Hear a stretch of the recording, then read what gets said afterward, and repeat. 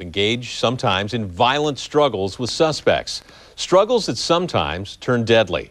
But in a growing number of cases, those deaths are being blamed on a mysterious diagnosis that's now being challenged here in the Bay Area. John Kessler has details in this special report. I thought, oh my God, Rick's dead. A person should not die in custody. None of the other officers said they saw pepper spray. More than a year after his death in police custody, Ricky Escobedo's family is still searching for answers. Answers to what happened on an apartment balcony in Redwood City after his former girlfriend called 911 claiming Escobedo was harassing neighbors and wouldn't leave. More than half a dozen officers were ultimately called in to remove him. The police officers decided, in my mind, to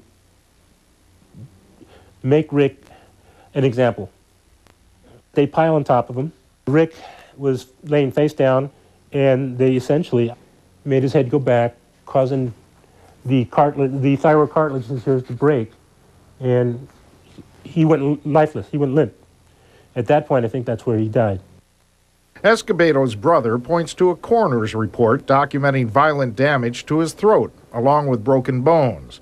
But Ricky Escobedo's death certificate lists another cause of death, a little-known and controversial diagnosis not found in any medical dictionary: excited delirium. Which is a phenomenon that occurs when people are engaged in a physical struggle with law enforcement, and it's a combination apparently of the adrenaline that kicks in and the methamphetamine or the cocaine that supercharges the metabolism. Ultimately, the theory goes, frying the victim's nervous system.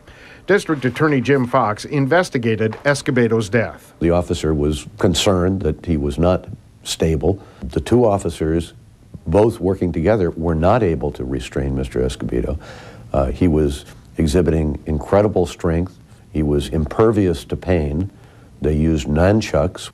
Ultimately, it took 6 officers to fully restrain Mr. Escobedo. In their report, officers state that Escobedo was alive on the balcony, but died while being taken from the balcony to a waiting ambulance. After launching their own investigation, Escobedo's family decided to file a federal lawsuit against Redwood City Police. Besides challenging officers' version of events, the suit could become a test case for the diagnosis of excited delirium itself. Rising from virtual obscurity, the syndrome is now being linked to police beating cases across the country, from Cincinnati to California. Some claim to shield officers from civil suits. The theory of excited delirium, in my mind, is a blame the victim syndrome. So you have to ask 2 questions. If it's the victim that's causing this, because of their drug use, because of an enlarged heart, because of their excitement in the moment, fear or panic, how come this only happens in the presence of police?